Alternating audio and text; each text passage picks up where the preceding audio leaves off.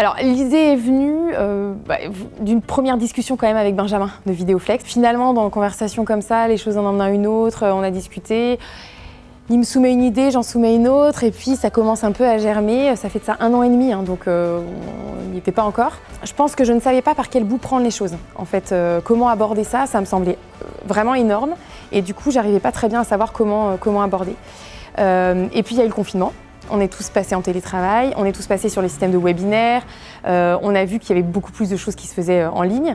Benjamin a fait son émission avec Flex TV, donc ça m'a permis de voir des formats, comment ça se faisait, mine de rien, d'avoir une idée un peu déroulée.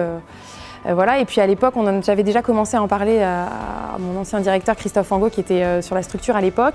Lui aussi, c'était quelque chose qui l'intéressait, donc on a commencé mine de rien chacun, tous les deux dans nos têtes, à mûrir le projet. Et puis en août 2020, on s'est dit ok, si on veut réfléchir à une stratégie en 2021, une stratégie de com, est revenue en fin d'année 2020 l'idée de la Web TV. On a évidemment échangé avec Benjamin Tardif. Et puis finalement, je me suis rendu compte qu'un déroulé c'était faisable, que tout ça semblait plutôt accessible, quoi. Donc, et puis la grosse plus-value de tout ça, c'est qu'en réfléchissant à faire cette émission pendant 1 heure, on avait l'équivalent d'à peu près 12 capsules montées, professionnelles, qu'on allait pouvoir rediffuser entre chaque émission. Donc l'idée était plutôt de partir sur un format d'une émission tous les 3 mois, de parler de l'actualité d'Angers Technopole et du coup de réutiliser sur une sorte de fil rouge les différentes vidéos qu'on allait pouvoir créer. Voilà, il y a des pays aussi qui n'ont pas forcément le choix et qui ne peuvent pas se payer la technologie. On parle d'accessibilité, oui, c'est aussi l'accessibilité financière. Donc parfois, il y a des solutions qui sont plus simples et plus abordables pour certaines utilisations. Ce que je trouve aussi intéressant, et c'était vraiment l'idée par rapport à cette vidéo, c'était de se dire ok, il faut qu'on décentre clairement l'idée d'arriver et de faire une émission et de se dire ok, nous, Angers Technopole, voilà ce qu'on fait, venez, on est super, on fait de l'accompagnement sur l'innovation. Pour moi, ça a peu de pertinence aujourd'hui. Ce qui est plus intéressant, c'est de se dire on va créer une émission, on va créer un format et on va parler d'innovation. Ce qui fait qu'on va aller amener de l'actu, on va amener de l'information, on va aussi amener des témoignages et on va faire en sorte que les gens s'intéressent et viennent pour faire de la veille en fait, et pas juste parce que ils ont envie de savoir ce que nous on fait. Finalement derrière, l'important c'est plutôt qu'ils réussissent à associer innovation et Angers Technopole. On va parler cybersécurité. Quel constat on peut faire par rapport à date là, sur les cyberattaques ? Alors aujourd'hui, les cyberattaques, on en parle beaucoup dans les médias. Il n'y a pas une semaine sans qu'on parle d'un hôpital ou d'une société qui s'est fait attaquer. Le format de l'émission, on l'a pensé comme du contenu. Notre idée première, c'était vraiment de faire venir des gens en plateau. Soit des gens du territoire, soit même un petit peu plus loin, parce qu'on avait Céline Ferré qui venait de Paris. L'idée, c'était vraiment qu'on travaille sur 4 séquences de contenu pour aller plus loin et puis donner envie, mais pas juste encore une fois, sur ce qu'on fait ou pas.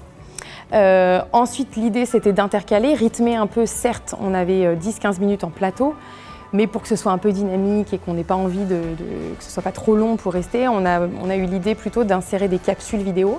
Donc d'aller sur le terrain avec des témoignages d'entreprises, on a eu le CHU d'Angers par exemple, et de filmer sur place, de faire vivre l'expérience du terrain et de la ramener du coup plutôt dans la séquence.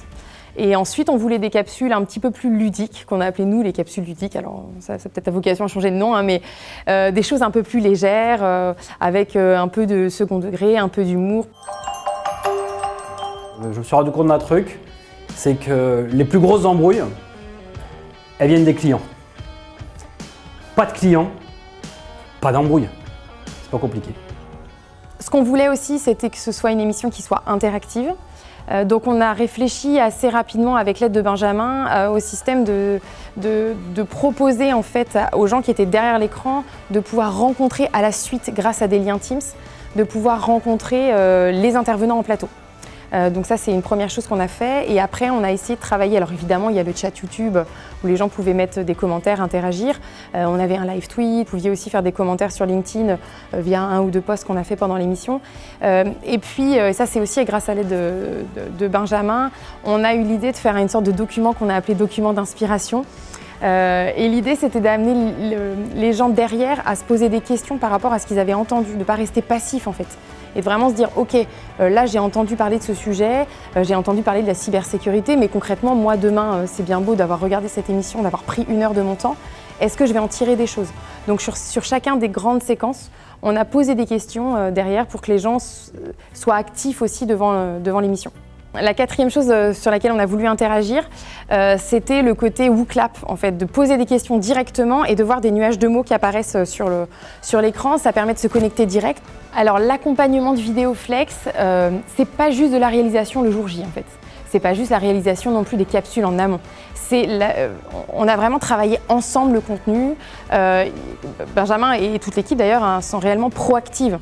Donc en fait, ils nous font vraiment des propositions. On a vraiment co-construit en fait l'émission ensemble. Et je pense que ça aujourd'hui c'est indispensable parce que moi toute seule, est-ce que vraiment j'aurais été capable de monter aujourd'hui ce qu'on a monté? C'est clairement non en fait. Donc il y a l'expertise d'un côté et il y a le côté aller aussi plus loin sur l'offre. C'est pas juste de l'expertise technique. On est aussi sur du contenu, on est aussi sur la qualité de l'accompagnement. C'est vraiment la co-construction.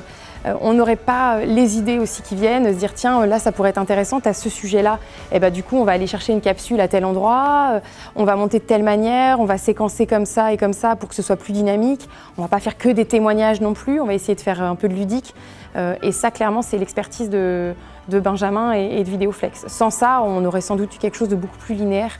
Je pense que c'est pertinent, et ça je ne suis pas toute seule à le dire, hein. Je pense que c'est pertinent de se dire que les gens vont s'intéresser à ce que vous faites, pas juste parce que vous faites, mais parce que vous amenez comme contenu aussi autour, et notamment sur des structures comme Angers Technopole, qu'on fasse de l'accompagnement, certes c'est intéressant, c'est important, mais ce qui est surtout important c'est de se dire qu'on va forcément faire rayonner l'innovation sur le territoire, penser innovation, réfléchir, s'inspirer. Tout ça, c'est vraiment des choses importantes et donc du coup, pour des structures comme Angers Technopole, le format Web TV, il est plus qu'intéressant et plus qu'important.